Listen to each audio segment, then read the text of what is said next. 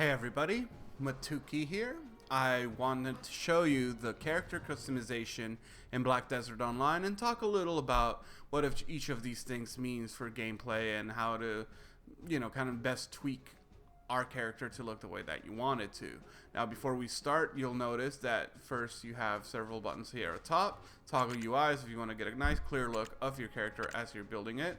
View is if you want your character to follow your mouse around as you move it, or if you wanted her to just kind of stare forward for purposes of building the character.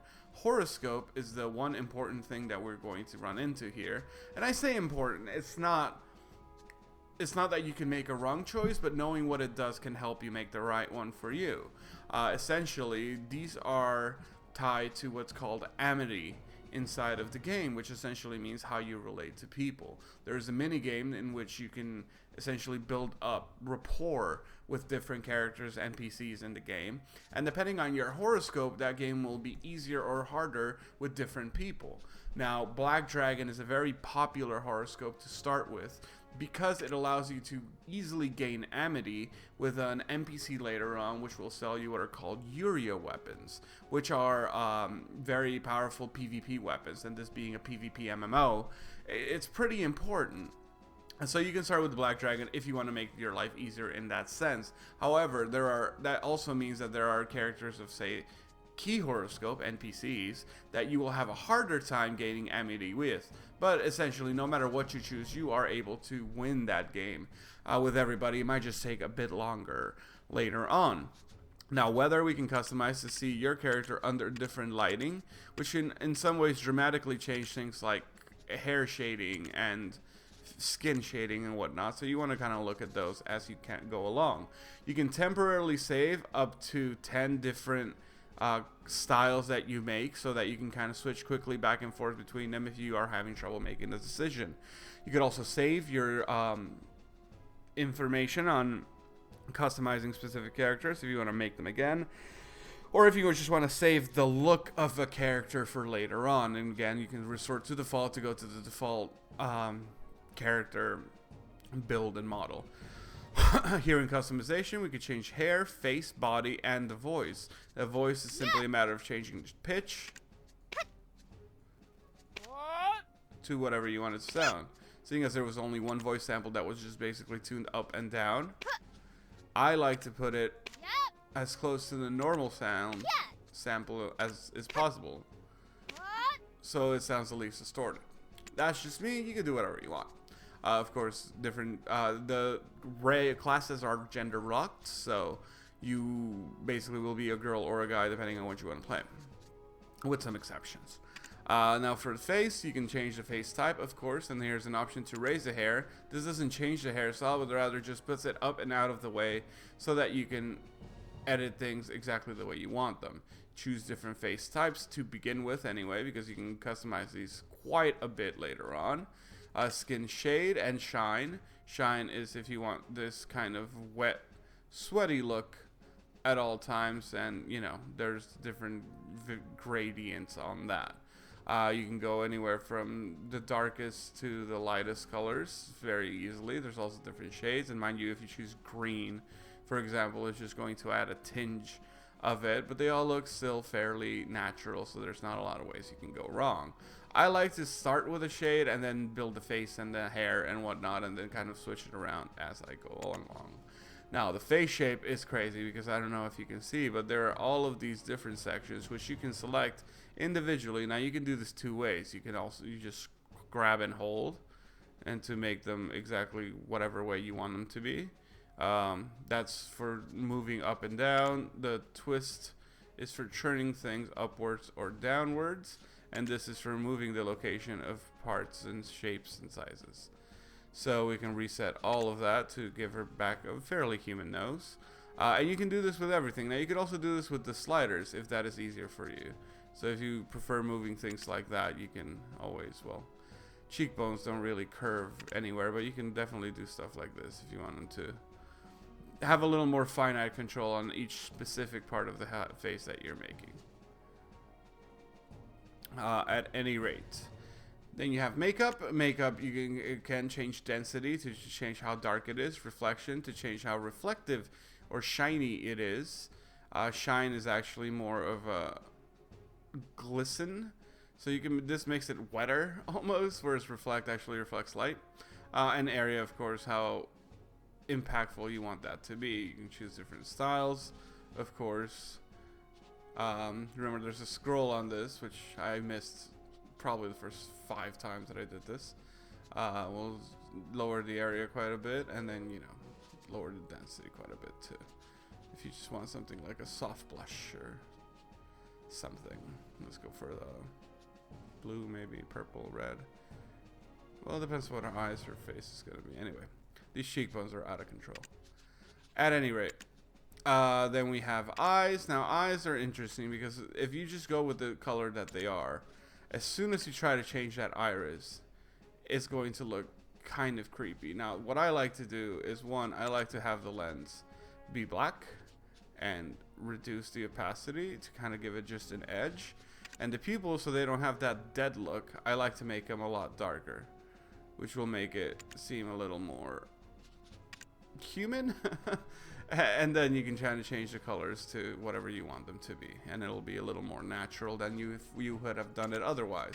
Here you can also change individual eyes, of course. You can change the style of the pupils if you want to go for something a little crazier or cat-like.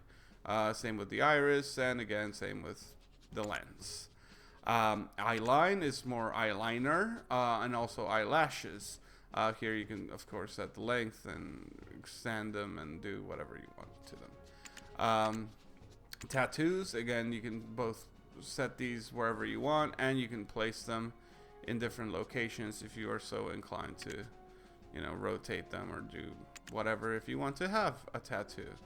You can resize them, you can make them less dense so they kind of fade away. You can invert them, which just kind of switches out the colors, and the color choice will usually change specifics about the shading on some parts unless you choose black, in which case it just makes the whole thing black.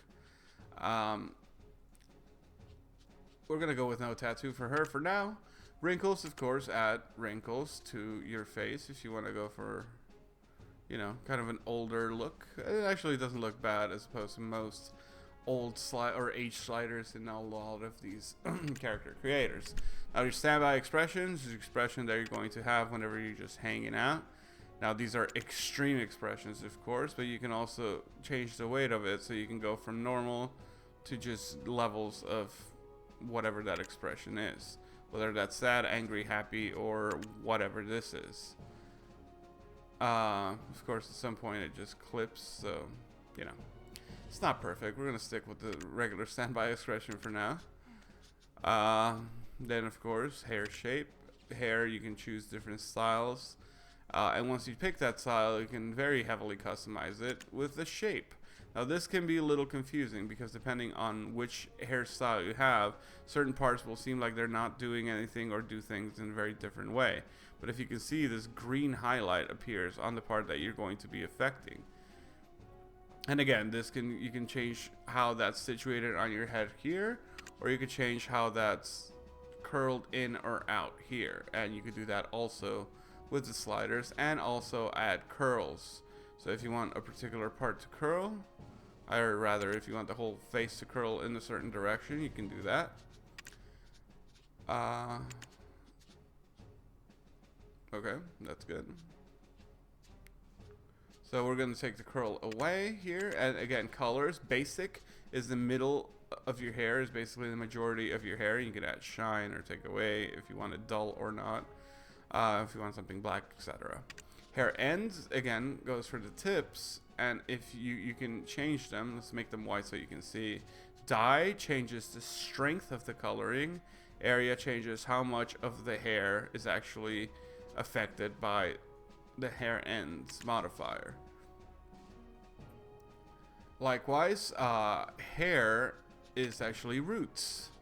Mistranslated perhaps, but we can switch that into whatever color we want. Again, area and dye do the same thing. Dye changes intensity. Area changes how much of the hair is going to be colored one way or another.